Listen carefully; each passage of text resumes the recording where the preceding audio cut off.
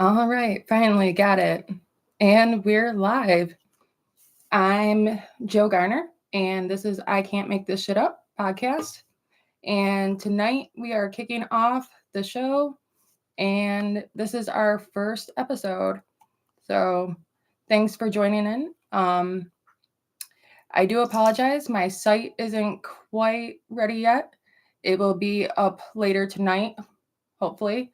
I'm still in progress. So, um, yeah, it's definitely going to be um, a great addition to the podcast. Um, I hope everybody likes it. There's places on there where you can check out pictures, add comments. I'll be leaving a blog on there, a video blog, which I do have um, a post for earlier today that I'm going to put on there that I did make, kind of to go with kicking off the show. So anyway, yeah, so this is I Can't Make This Shit Up, and basically this show is surrounded by three topics. The first is harm reduction, which is a really big passion of mine, something I truly advocate for. It's something that has shaped the field of addiction and recovery and is definitely one of the biggest pathways to recovery that I truly try to get people to understand. If it wasn't for harm reduction, I don't know if I'd be here today. I'll go into my history in a little bit, but I am a recovery coach. I have 3.5 years in recovery from substance use, and my biggest passion is helping people and just trying to keep people alive. So that's one of the reasons why the show is geared around harm reduction. The second topic that the show is concentrated on is basically my husband, Drew Garner, is incarcerated right now. He is in the Saginaw Correctional Facility, and he is due to be paroled out in April. So he is serving a 29-month sentence, and I am a prison wife.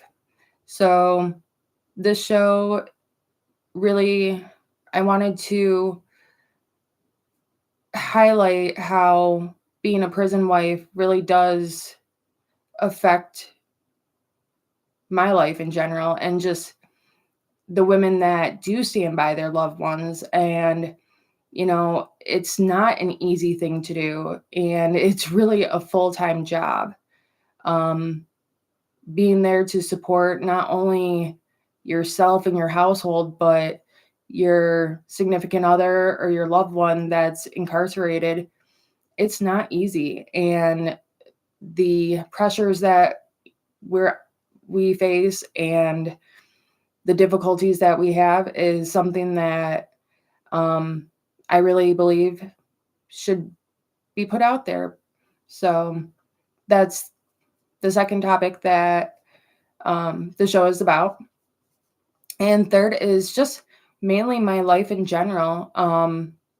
I Can't Make This Shit Up came from the fact that crazy events always happen to me. And with that being said, if it can happen, it will happen. I have the worst luck in the world, especially with vehicles, which I'll get into that a little bit later. But when it rains, it tsunamis on me. It's just a ripple effect. one right after the other. And it's just, I decided that why not make a story out of it? Why not, put my story out there and let people see, let people hear what I deal with on a daily basis, because it's comical at times. And really sometimes I just don't understand why so much bad shit happens to me, but at this point I'm used to it. So I try to prepare myself for the worst. Hope for the best, but prepare myself for the worst, because the outcomes are usually just that, the worst. So it's nothing ever goes right on the first try. It's always like the seventh, eighth, ninth, 10th try. And there's always major wrenches thrown in the way, and I have to jump over hurdles, zigzag through a maze, and this, that, and the other, go to hell and back before I actually get to accomplish what it is that I'm trying to do. So this is just kind of, you know, my story and my journey, especially, with my profession and the field that I work in, and um, how my role as a prison wife fits all into my story. And that's really just what I wanted to, get out there and have people hear. So I hope you guys enjoy. I'm going to be trying to put out at least one episode a week. So you guys can check it out on my website. They'll also be here on my YouTube channel. ICMTSU.com is my website. I also have a Facebook page, and I will also be putting these on Spotify. So you can find the podcast episodes on Spotify as well. And I'll have all of those links cross-posted, so you'll be able to find the information to the different platforms really easily. So, well, with that being said, I'm going to go ahead and dive into why I decided to kick off tonight and do our first podcast episode and get it out there. So, for the last week and a half, my husband has been in the hole. It's been incredibly difficult because I didn't even get to talk to him until Monday. I had seen him on Thursday the 7th. I had a visit, and after I left my visit, I drove home. It's a 2-hour drive one way. I got home, relaxed, went to bed. And the next morning, I woke up to a text message saying that my husband never came back from the visit, and that they had packed up his stuff. So immediately, I started freaking out. I'm like, "Oh God, what happened? What did he do? Why is this going on?" So, the text message I got was from another prison wife, actually the prison wife of my husband's best man. And so I text her back and I said, I don't know what happened. You know, we were good when I left. And so I just kind of, you know, tried to figure out what happened. And it was a couple days later that I got another text message saying that my husband had gone to the hospital. He was in the hospital overnight because he was having seizures, and that he had assaulted a CO, and that's why he was in the hole. So, and I found that out on, let's see, that would have been, I want to say Friday. No. either Wednesday or Thursday, I believe, that I found that out. So almost a week later. I had set up a visit to go see him on Friday morning. In segregation or the whole, they only have 2 times that you can visit, and it's only 1 day a week. It's on Fridays. They are no contact visits, so it's between glass, where basically you just pick up a phone, you can see the person, and you just talk to them through a phone. Normally visits are contact. At Saginaw, they are either 2 hours or 5.5 hours. If you set up a double visit, it's the 2 hours visits, and then you also get the hour and a half in between. So I only had a 2-hour visit on that Thursday on the 7th when I had went to go see him, and then I was going to see him Friday morning on the 15th for another 2-hour visit. Well, Friday morning rolls around and my car ended up not starting. So I couldn't make it to my visit. So I called up to the prison. It's like 8:30 in the morning. And I told them that my car wasn't starting. I wasn't going to make it. So I had to cancel. So I did that. I was given a message that my husband would be calling me on Monday. So that brings us to Monday the 18th. When I spoke to him, because he did call me, and I was able to speak to him for roughly an hour, the time he was out of his cage, basically. And so he had told me that he was going to a hearing to be heard on the tickets, and that they had to hear him on the tickets by today.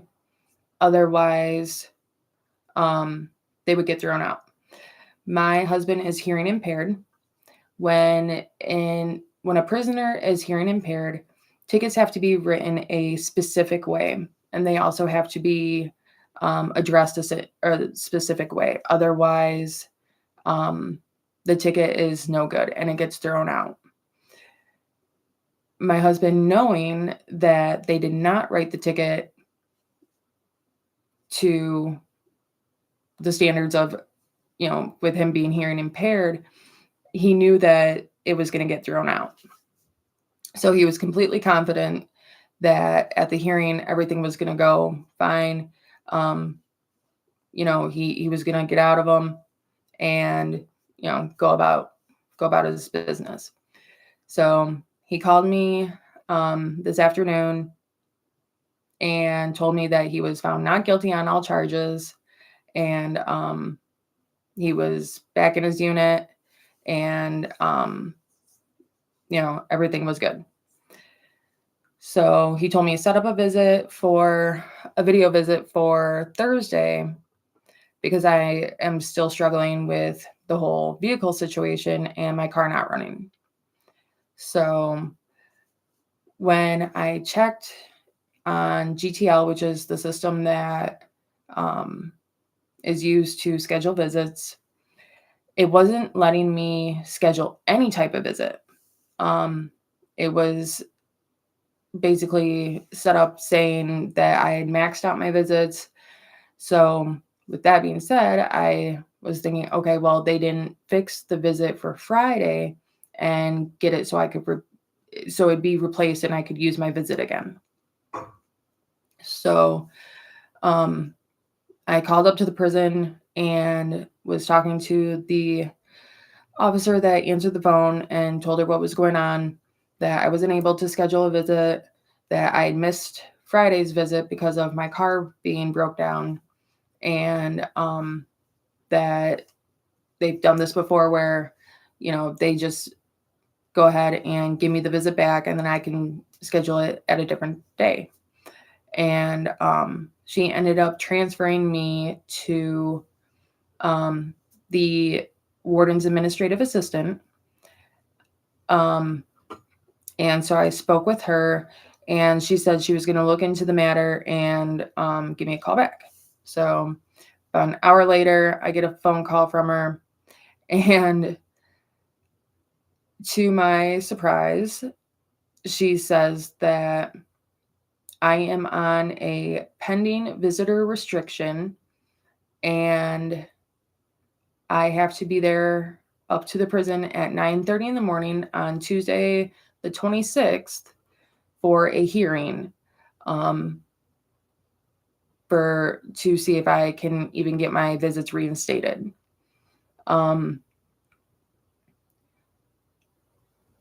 I was just absolutely dumbfounded. My husband got the tickets thrown out. We thought we were good. And now all of a sudden, here we are. They do the one thing that can hit us the hardest and make it so that, basically just tear our world apart. I live for my visits. That is the one thing that I look forward to every week is my visit with my husband. And that is the one thing that they know they can take from me, and that is where it will hit us the hardest. And so we feel like they're doing this on purpose, and that is retaliation because the tickets were thrown out. And so we figured that in order, because they got the tickets thrown out, basically they're going to go ahead and go after me and take our visits. So it really, really fucked up my day. I was pissed off. I haven't even spoken to him about it. So I had my friend, the other prison wife that I mentioned earlier, her husband, who is my husband's best man at our wedding, he is what's called a porter and is out in the unit majority of the day, so he can travel and do things. My husband's in level 4, so he only gets out 2 different times a day for an hour each. And so the rest of the time he's locked down. And so with my husband's best man being a porter, I'm able to get my husband messages if I need to, and vice versa. So I had told the other prison wife, hey, this is what happened. They're having me on a pending visitor restriction. Can you have your husband go and tell mine what's going on? So I'm not looking forward to tomorrow and how our phone call is going to go, because it's not going to be good. My husband is going to be so upset, because we thought we were good. We really did. We didn't think that, this was going to affect us the way that it is. And if this goes through, they can take my visits for up to a year. And with him due to be paroled in 6 months, I mean, basically that they're just taking my visits for the rest of the time that he's in prison. So I can't video visit. I can't go and see him. The only thing I'll have is phone calls. And that's really, really shitty and really fucked up. And I'm really upset about it. And the way that they do these hearings is basically it's administrative law. It's not how our judicial system is. So basically, if they believe something, then it's, their belief, and that's how it is. So they can just pretty much do what they want, and that's what it is. So if they decide that they're going to take my visits, then that's what they're going to do. So I am, again, preparing myself for the worst, hoping for the best, but knowing my luck, I don't think that things are going to go in my favor. So that is why I decided to kick off today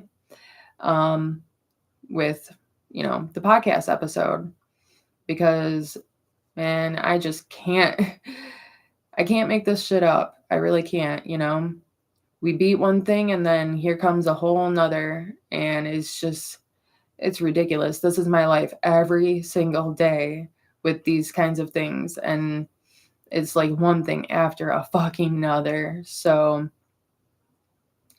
that is what's going on with my husband and that situation. My car situation is another thing entirely. So an acquaintance had agreed to sell me his car, and he was going to sell it to me for $1,200. It's a 2005 Pontiac Grand Prix, and he would allow me to make payments to him. So I gave him $400 up front, and then I was going to make 2 more payments of $400 each. And I had written out dates and, signed a paper saying how it was going to go, yada, yada, yada. Well, about 2 weeks after having the vehicle, I walk out and my vehicle won't start. I get in touch with him and he tells me that, okay, it's probably the starter. It's kind of a known problem, so we can get it fixed, yada, yada, yada. Okay, fine. Well, I couldn't get anybody over there to fix it. I actually ended up having I worked at Alternative Directions for a while earlier this year, which is a residential program. It's a nonprofit organization that is through the MDOC, the Michigan Department of Corrections. And so I was hired there as their client wellness coordinator, basically as a substance use disorder counselor slash group facilitator slash peer recovery coach type person. I would do certain groups throughout the day. I led life skills, drug education, anger management.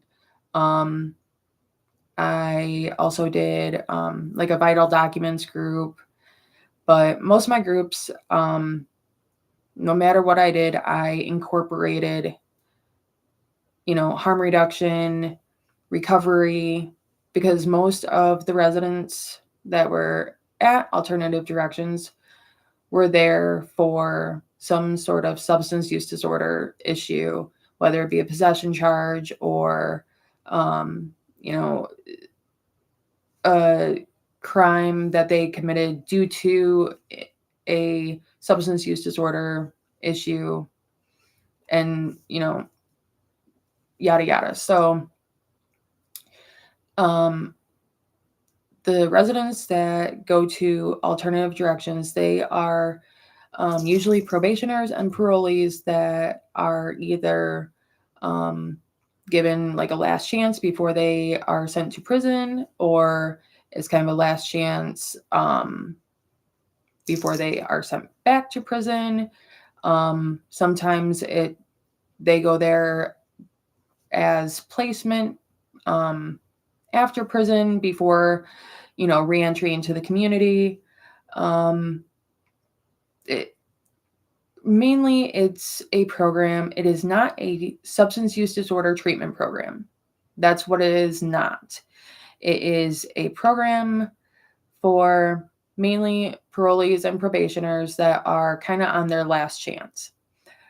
The residents that I had,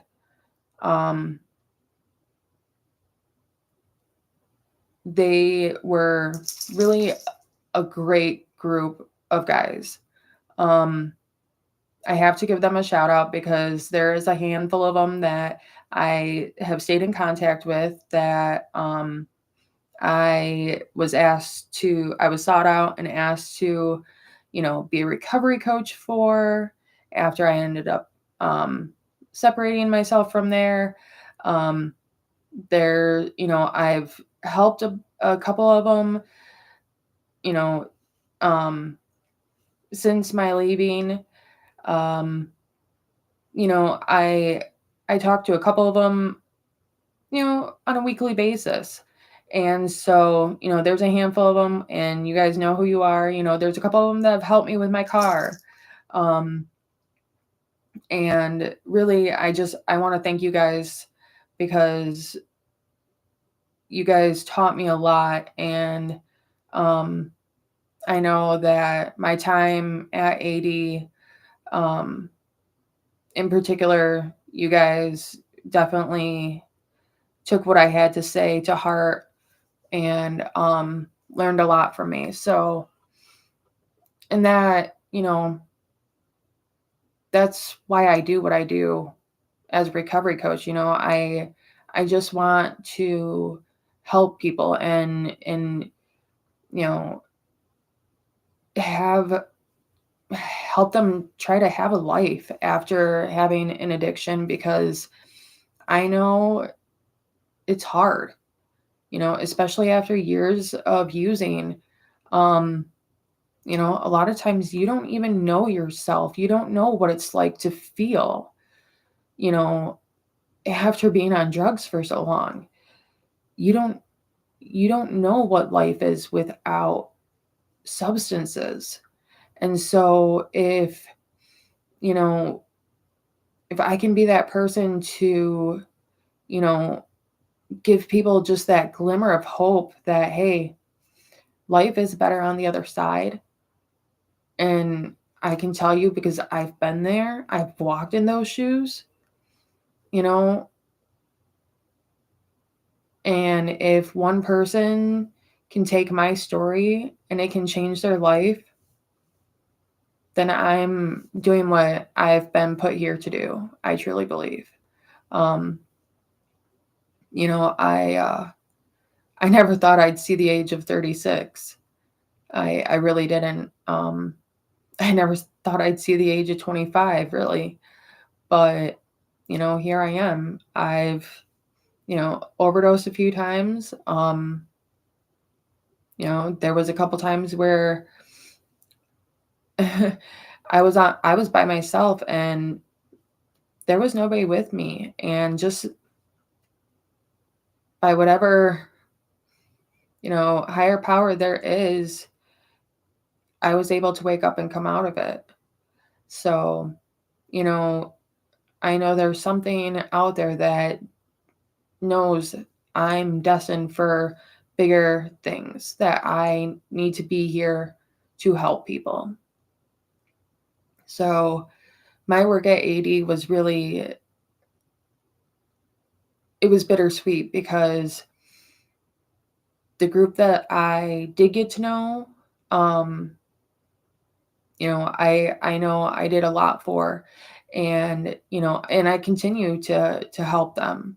And it's something that I'm really proud of. It's something that I'm glad that I was able to be there. Um, that that place, which this is my show, so I can say what I want and really not give a fuck. Alternative Directions is a shithole of a program. Um, I was told on my last day of employment there, which I was fired for this right here, my pink pocket knife. Fired for my pocket knife because I had it on hooked to my pocket, and a resident saw it and reported me, saying that they told their agent that they feared for their life because I had a pocket knife on me. So that the next morning, I had group and I was talking to the guys and they really opened up to me and told me that the living conditions on the second floor are absolutely horrible. Just downright dirty, disgusting. That when they come in, they don't even have enough towels and washcloths for the residents. So they are ripped off a piece of blanket, like microfiber blanket, and given that as a towel. When they have to clean, they're just given a spray bottle with bleach, but nothing to scrub with, no sponge, no cloth, nothing to actually like clean surfaces with. The mop heads are disgusting. They aren't washed. It's just really unsanitary and really gross. And I had told the group that, okay, well, I'm going to write down your complaints and I'm going to do something about it.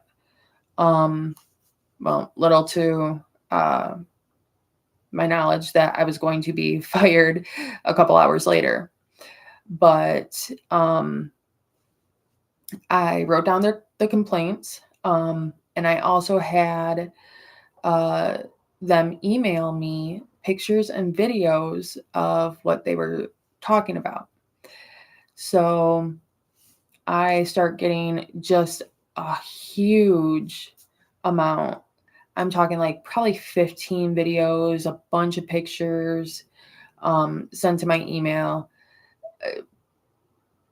I mean, just stuff that was absolutely ridiculous. You know, pieces of the ceiling coming down and them not doing anything about it. Cockroaches in the fucking ice bin that's in the kitchen. I mean, just so disgusting. Let's see, there was also the fire that started in the bathroom from faulty wiring. But it was blamed on a resident because they said that there was a resident smoking, but there wasn't. It was actually bad wiring, faulty wiring in the vents and circulation system, I guess, in the bathroom. So the building caught fire. Let's see. There was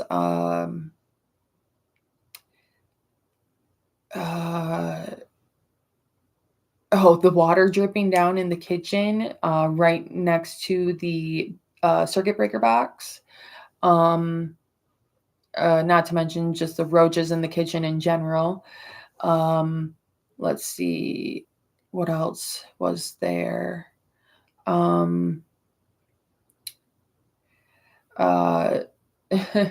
There were a number of PREA complaints against a specific staff member, and then against another staff member who watched one of the residents basically get assaulted and did nothing about it. She just stood by and backed up the staff member that did the assault, basically. So there was that situation, which I then in turn wrote letters to the PREA board and reported that. Let's see. There's also man,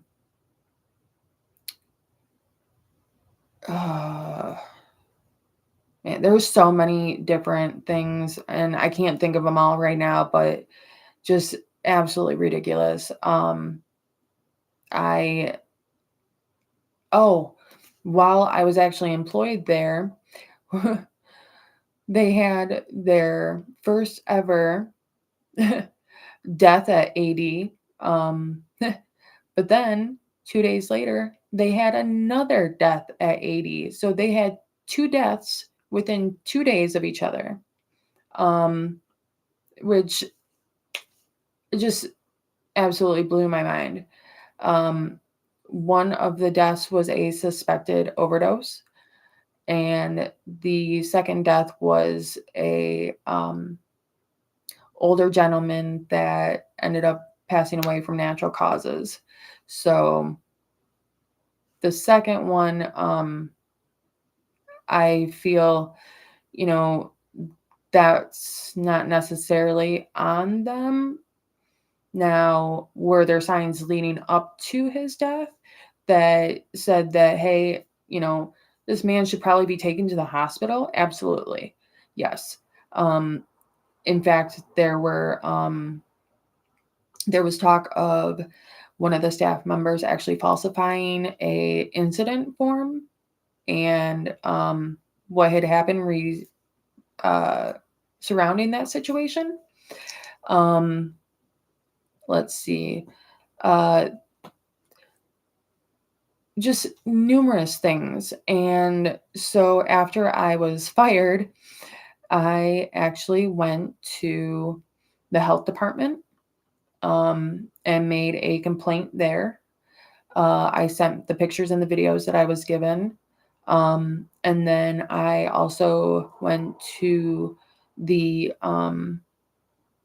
city and made a complaint to the housing commission for code violations. So that way, some of those things would be looked at a lot closer than they had been.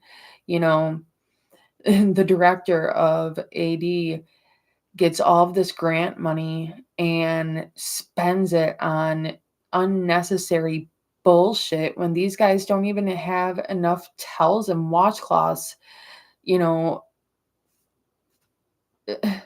It's ridiculous. I know, like, the deep freezer ended up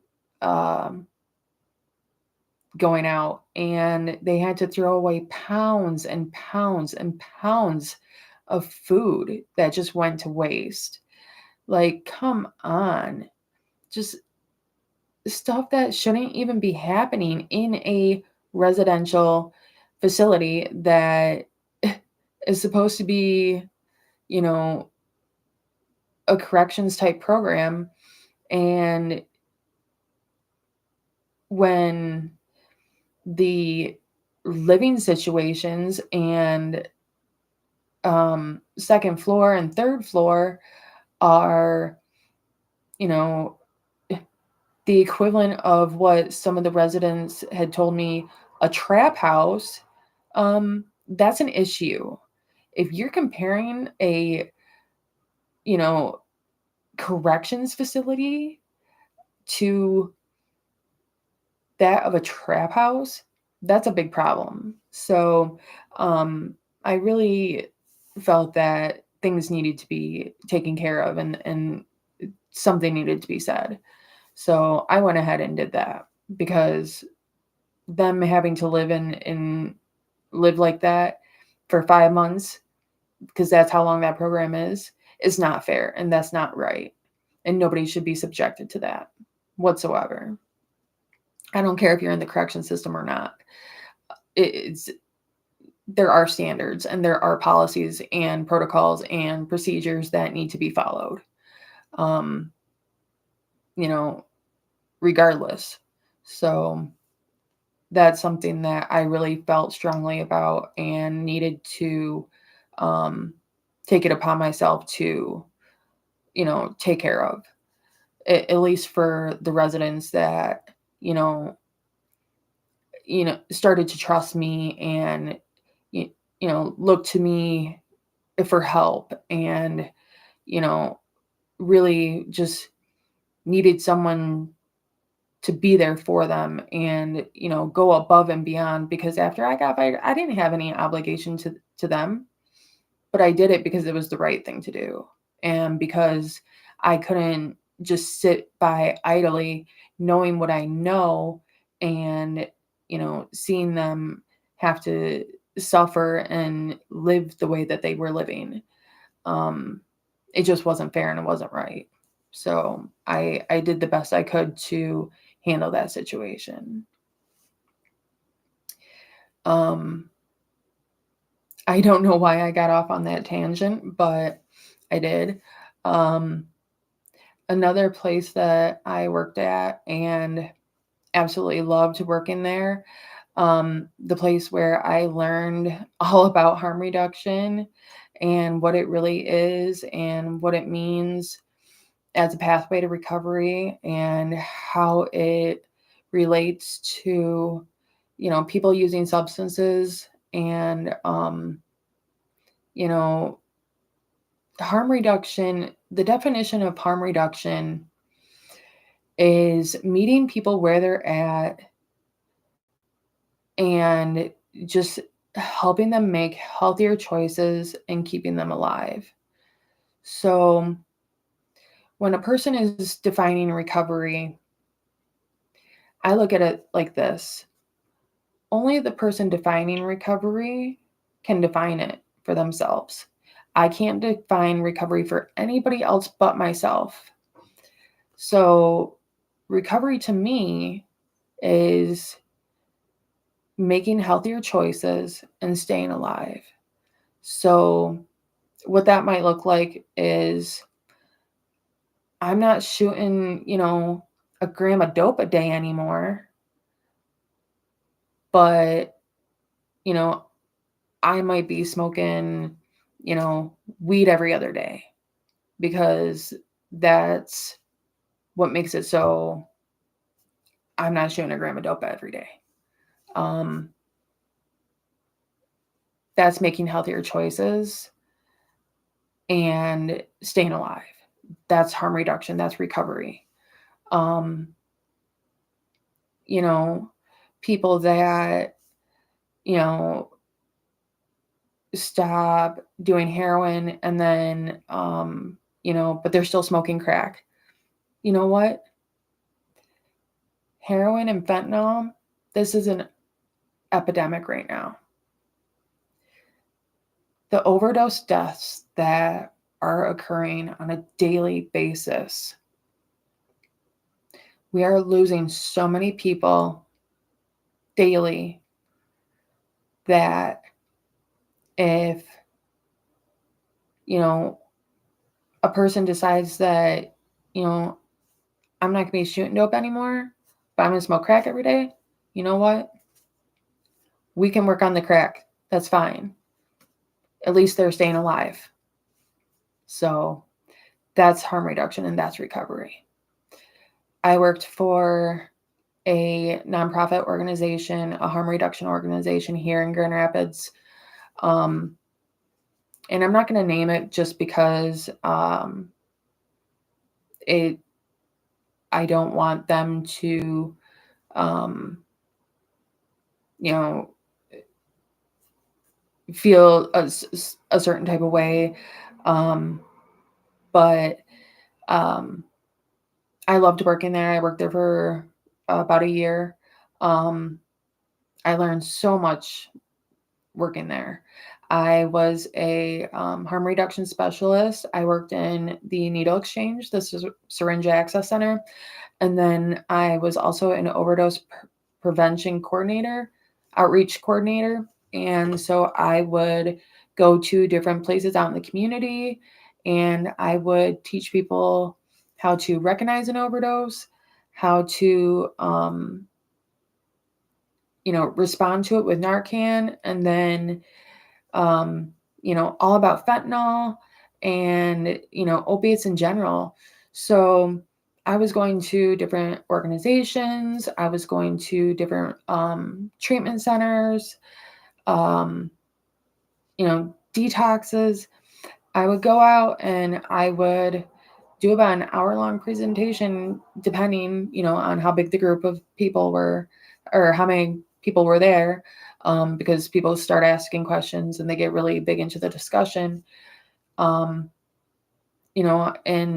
I would teach them how to recognize an opiate overdose and then how to respond with Narcan, either injection or nasal, and then how to do rescue breathing and how to sit with that person after they start coming out of the overdose and the aftercare.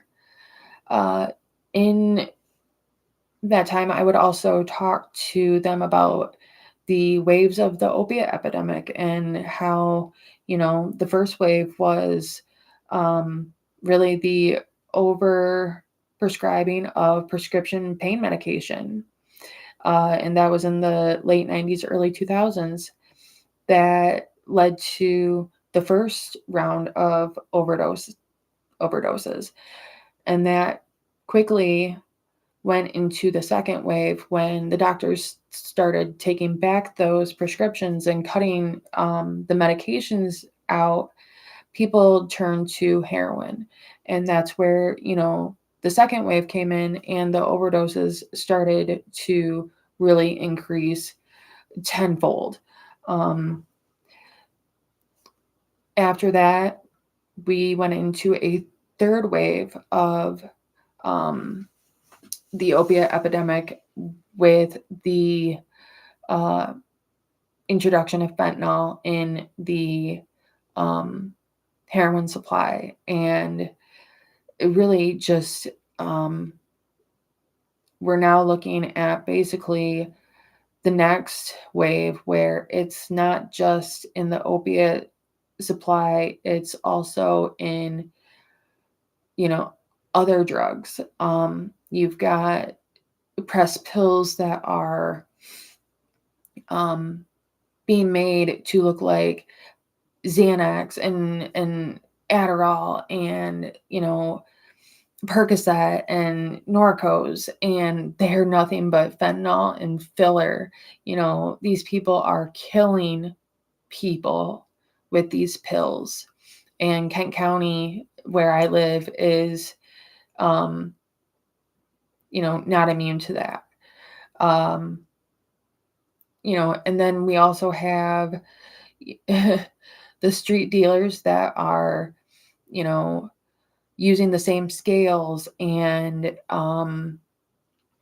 reusing the same bags and cutting drugs up on the same table that they have fentanyl on, and it's now cross-contaminating into the stimulant supply. So now you've got people that are dropping like flies because their coke and their crack and their, meth are being tainted with, fentanyl. And it gets to the point to where, you've got somebody that has no opiate tolerance at all, none, and they get, just that tiniest amount of fentanyl in their system, they're going to drop and they're going to die.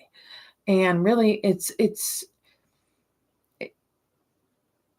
so important that people that are using substances utilize the resources that we have out there. If you're watching this, please, if you don't know what I'm talking about, if you need some resources, please contact me. I will get you supplies. I will do whatever I can to help you. If you need fentanyl test strips, if you need xylazine test strips, I will get them for you. I will mail them to you free. I don't want anybody to use and die. So I'm doing what I can to get these supplies out there. And if you're somebody in need, please let me know.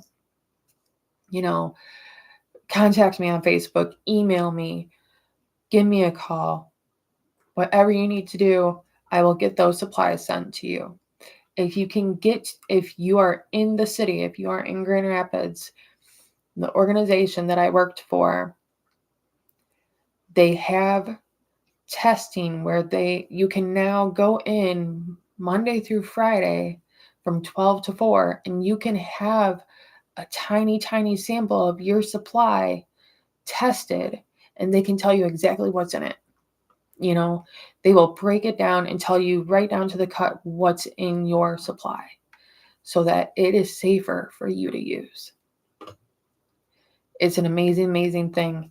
And it really has made a huge difference in the illicit drug supply here in this town. I can't stress enough that these are things we need to get out there. Right now, we've got,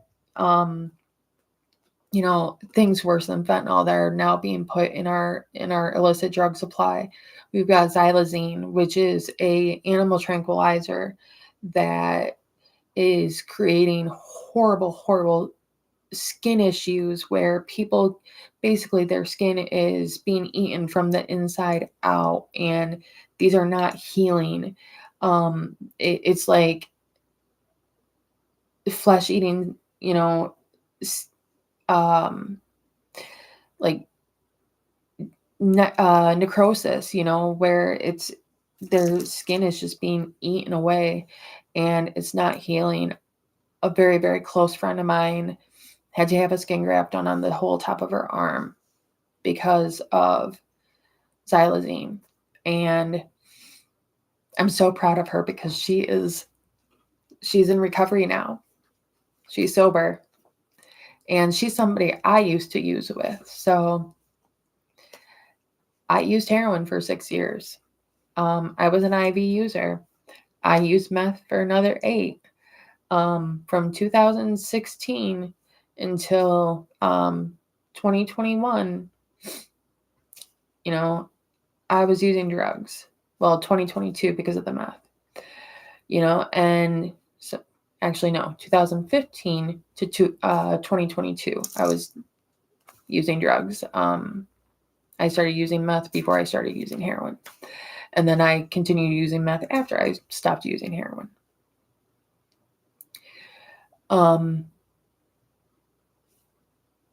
So my friend, I'm so proud of her.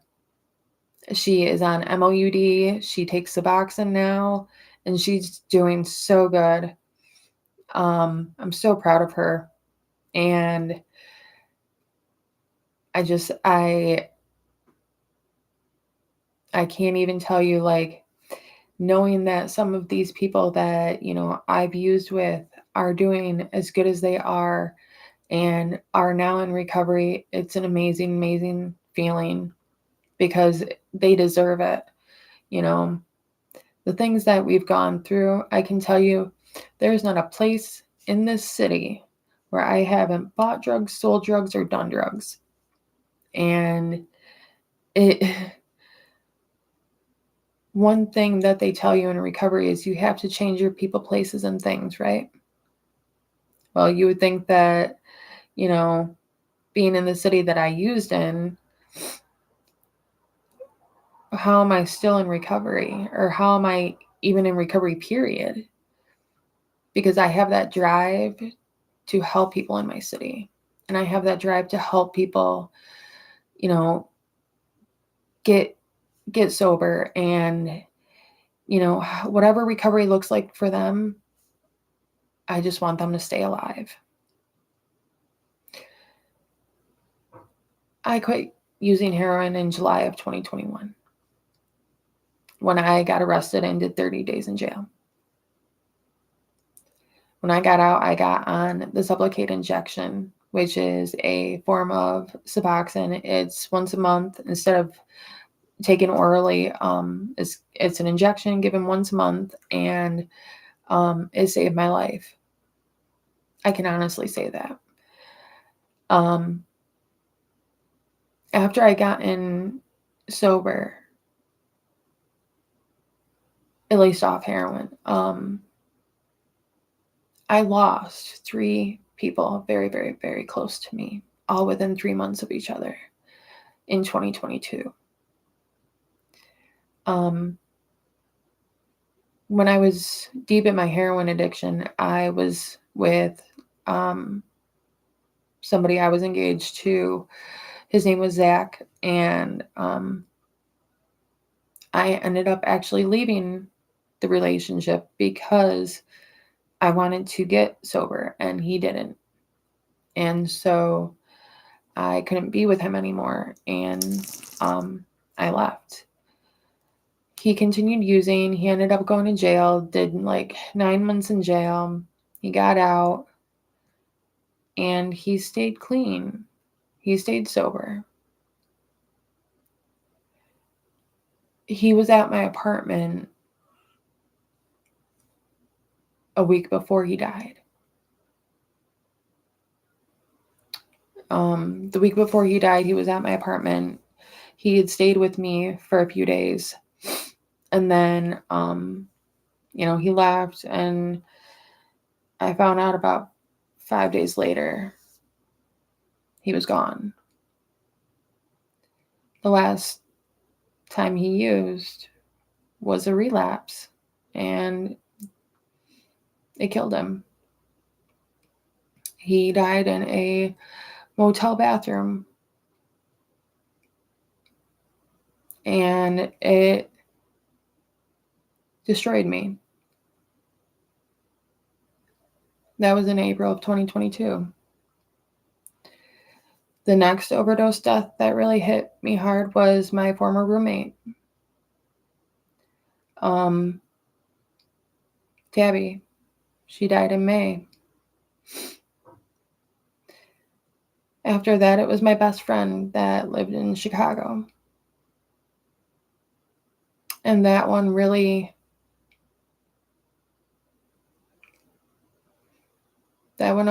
almost broke me. Elena was,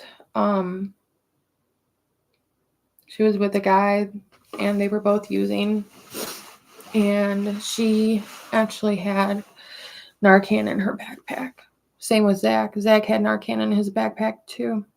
I know because I gave it to him a couple days prior to the day he died. But she didn't want to die. Elena didn't want to die. That's why she had the Narcan in her backpack. And so I guess what had happened was the guy that she was with waited too long to get help. And she ended up in a coma for 10 days. And she was fighting to stay alive because she didn't want to die.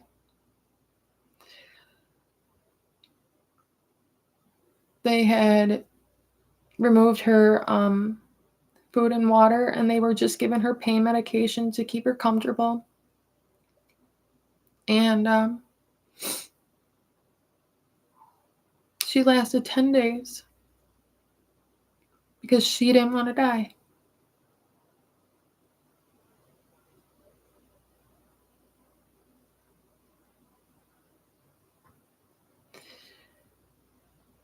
These people that are using, most of them don't want to die. Most of them don't want to keep living like this. Addiction is a disease. It is not a choice. Yes, it is a person's choice to pick up and use that first time. But it's not their choice. Once that switch gets flipped, after using that substance the first time, once that switch gets flipped and your body now says, okay, I'm an addict, that choice is no longer yours.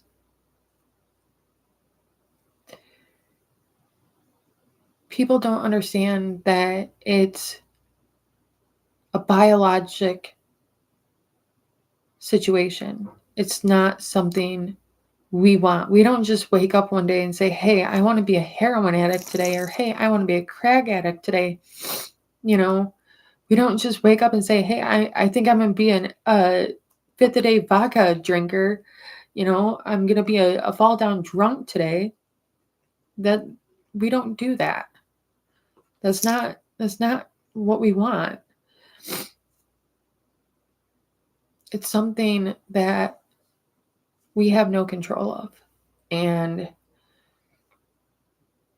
the stigma that surrounds addiction, and the stigma and the shame and the guilt, that's what makes it so people don't get help and don't get into recovery.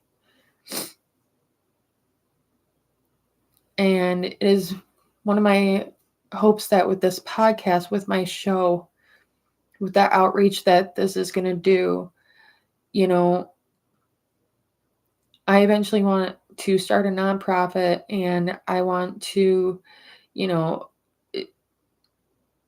help people that way. I want to be able to, um, video chat with people using substances so that if they go down, I can get them help.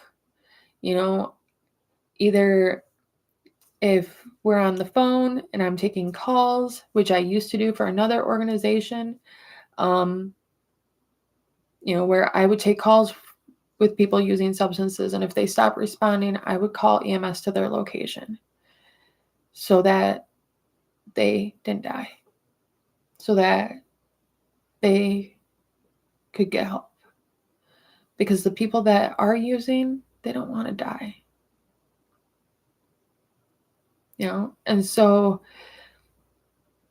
And that's this concept of harm reduction, and that's what I'm trying to get people to understand and embrace this concept, because it's so important.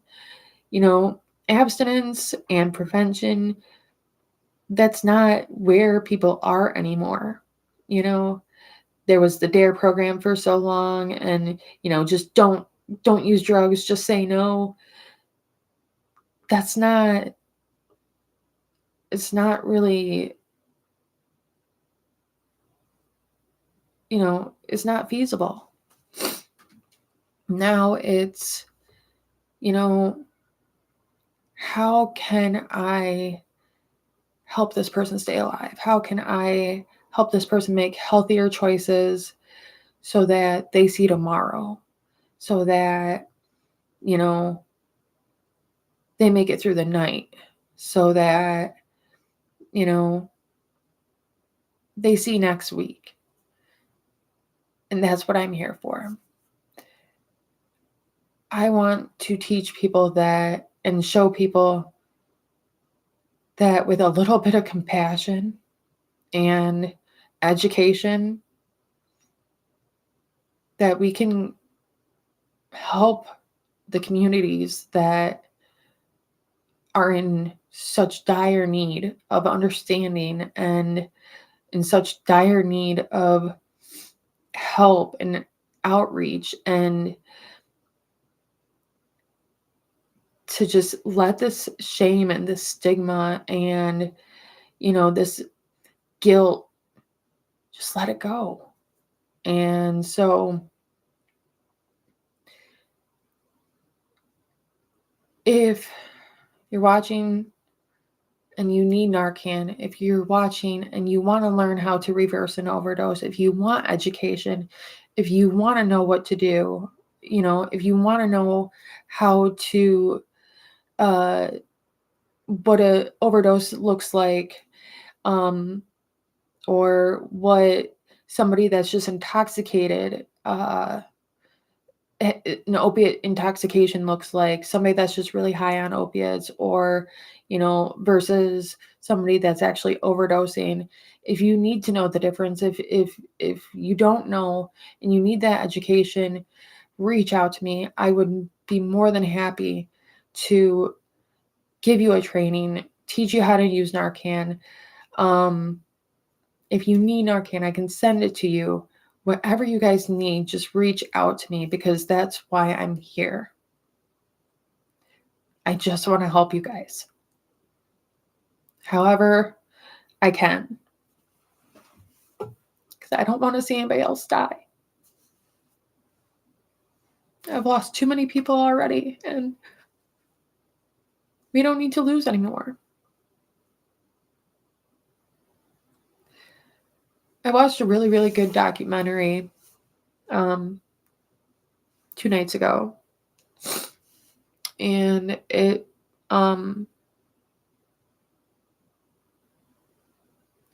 surrounded it used harm reduction as the concept for it. And I was really surprised because I hadn't really seen a documentary that was based on harm reduction and using that as a pathway to recovery. And I feel like this documentary really needs to be out there, and a lot bigger than what it is, because it's really important that people know this stuff, and it's really important that people see this and grasp this concept, because if not, people are going to keep dying. This is such a problem, and people don't understand. Like, we are losing so many people. I guarantee you that you, even if addiction has never touched your family, you know somebody that addiction has affected. You know at least one person that addiction has had an impact on somebody's life. I guarantee you, you know at least one person that addiction has affected. Even if it hasn't affected your family, one of your friends, maybe, everybody knows somebody that addiction has affected. COVID really COVID made this disease so bad because of people being isolated and the depression setting in and the anxiety and the, not knowing what's happening and what's going on. COVID really fucked a lot of people up, and so I really think that that's a big part of why our epidemic has gotten so bad. I'm a huge advocate for safe injection sites. In fact, I want to open my own safe injection site, where people can come in and they can use substances safely without having to worry about law enforcement, where there are trained medical staff. So in case something happens, they will be okay. I want that to be on the first floor of a building that also has, on the second floor, a detox. From there, on the third floor and fourth floor, has residential. And then on the fifth floor, has recovery. Has, sober living, has partial hospitalization, whatever you want to call it. But I want to have a multi-level recovery from the stages of using all the way to the stage of early recovery. I want to have that in one building. And I'm going to do that. That's my life goal. I really think that that's something we can see in our lifetime in this state. that is actually modeled after a documentary I saw a long, long time ago. Um, that was something they did in British Columbia, in Vancouver, British Columbia. That's what they had. They had a safe injection site, and then they had a detox on the second level, and then the residential and so on. And that's what I want to open.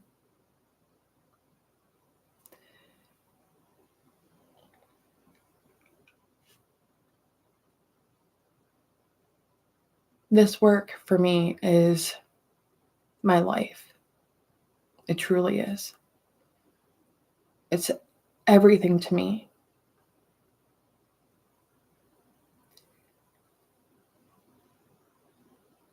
I don't know where I'd be if I didn't have this work, because it's so important to me. This is what I knew I was supposed to be doing.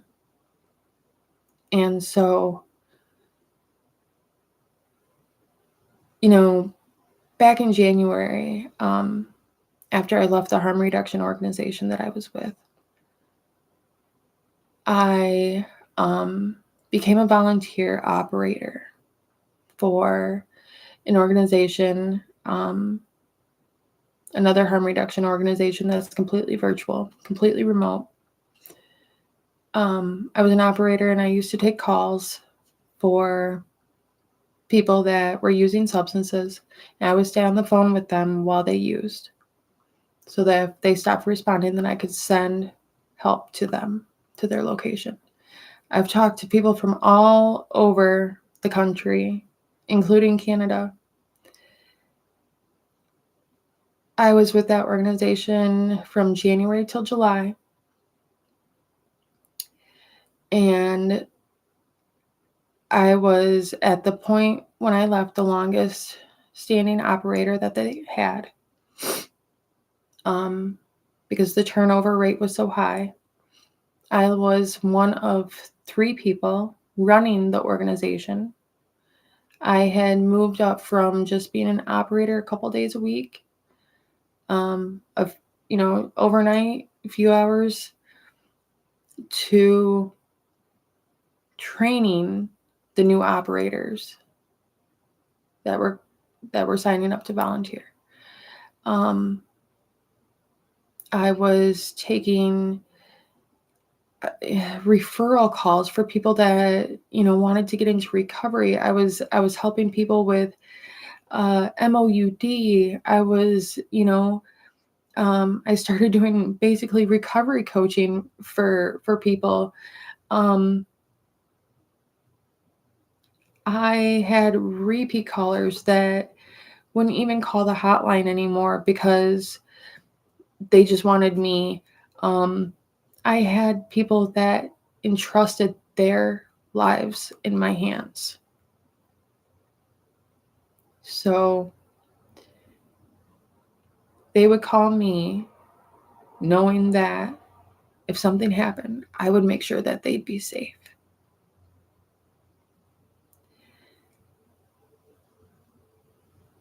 I've got a few of my callers that have become very, very awesome, awesome clients. And if it hadn't been for,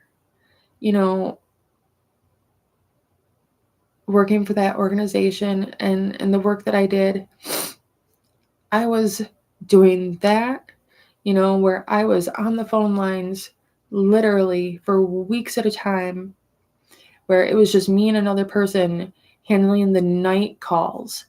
Her and I would switch on and off. She would take one half the night, I would take the second. And then, we get our sleep. My phone was constantly on the line. I always took calls. I never turned myself off. When my phone rang, I answered it. I started training the new operators. I started setting up, procedures, protocols, standards for this organization, and my heart and my soul went into this. And the people, my callers that called me regularly, thanked me every day for being there. Thanked me for being on the other end of that phone. Thanked me for keeping them alive. And there's no greater feeling than that. There's no greater feeling than helping somebody stay alive. And that's why I do this work. That's why I do this. I would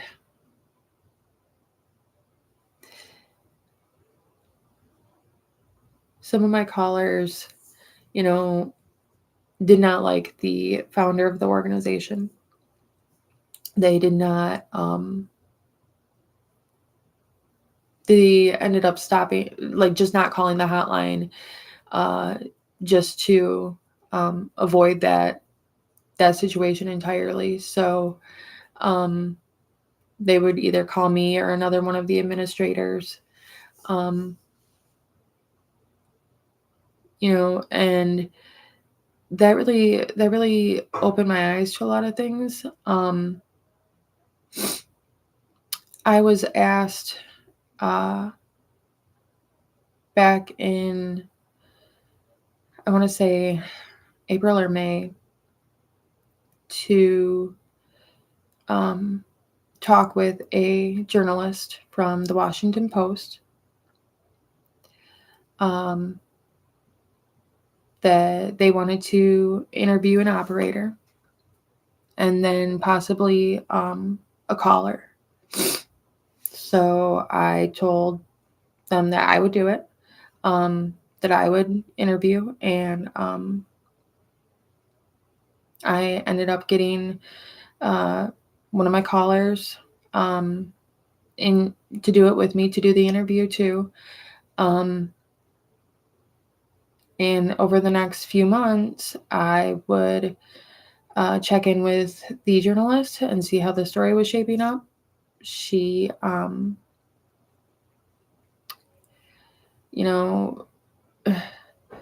story ended up basically being based on different harm reduction organizations and the difference they make to people that are using substances, and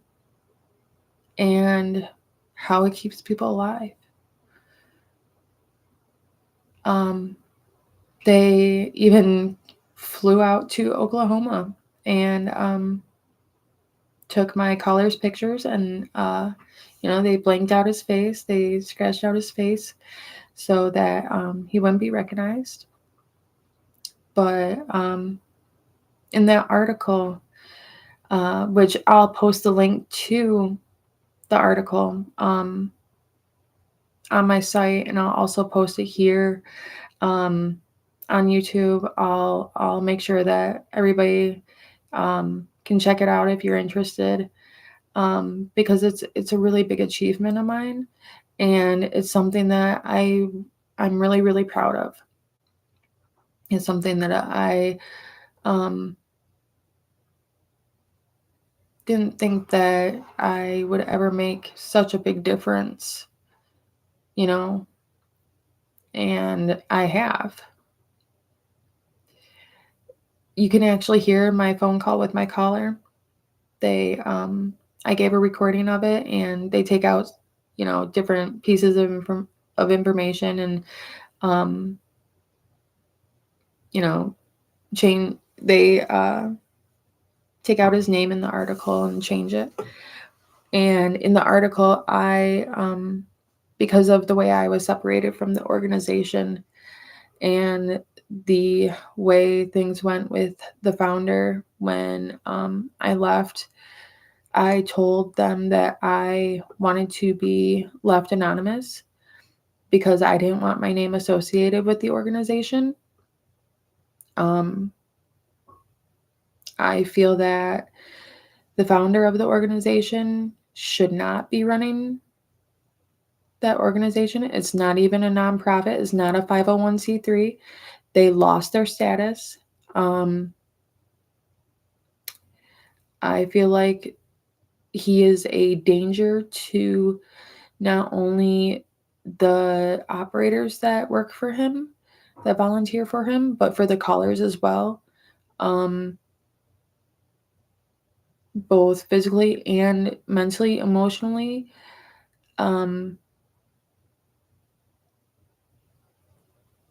I don't feel like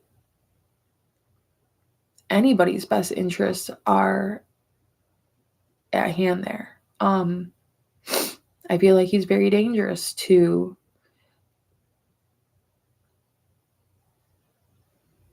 both the callers and the people working under him.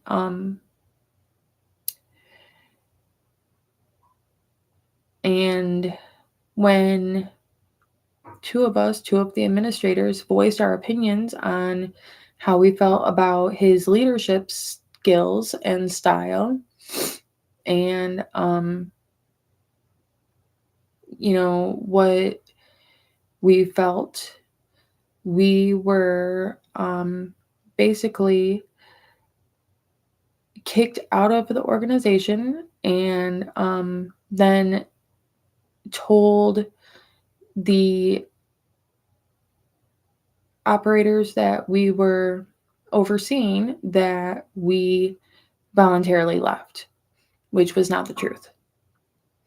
The truth was we stepped down from being administrators because we didn't want to be part of running the organization. We didn't want to have that responsibility on our hands. We didn't want to keep dealing with the bullshit. We didn't want to keep,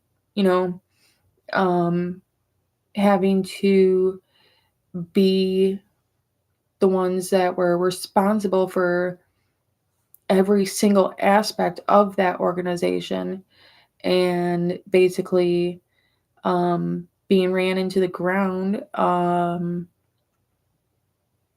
out to the point to where, we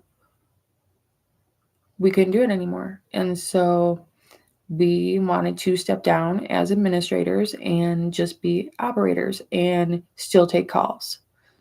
And to the founder, that wasn't acceptable. And the next thing we know, we are kicked off the platform. We have no access to anything anymore within the organization. And we hear that the founder told all of the operators that we quit. And that's not the truth. That's not what happened.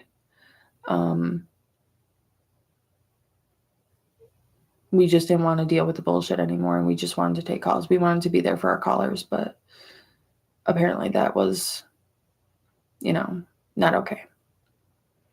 So in the article, it is stated that I remained anonymous because of the direction that the organization was going and the leadership, differences in leadership.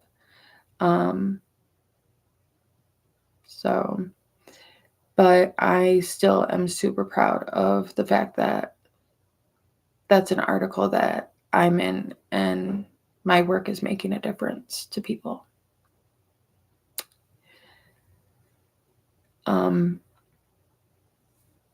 It's a big thing. It's a big thing. So, well, guys, I think I am going to probably wrap it up. I've been talking for almost an hour and a half now, and I feel like you guys are probably about ready to either fall asleep or pull your hair out or, turn me off, whatever you feel. But I hope that you have enjoyed watching my first episode of my podcast. I hope that you guys join me next time and, you know, keep watching my website. Check out my video blog.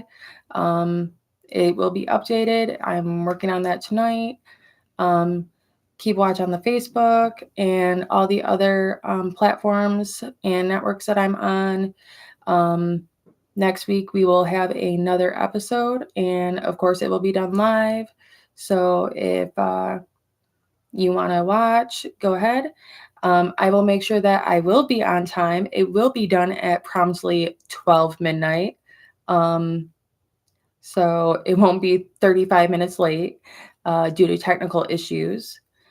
Um, but yeah, I hope you guys have enjoyed my story, what I've had to say, and hopefully, you've learned a little bit and can take what, my experience and my background and my education, um, take that and share it. Go out to your communities and do good with it.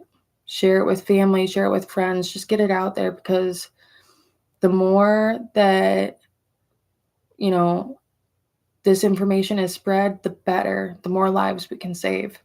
And I truly believe that. So, um, you know, join me next week and just keep watch on my website because I'll have video posts up and other different little things here and there.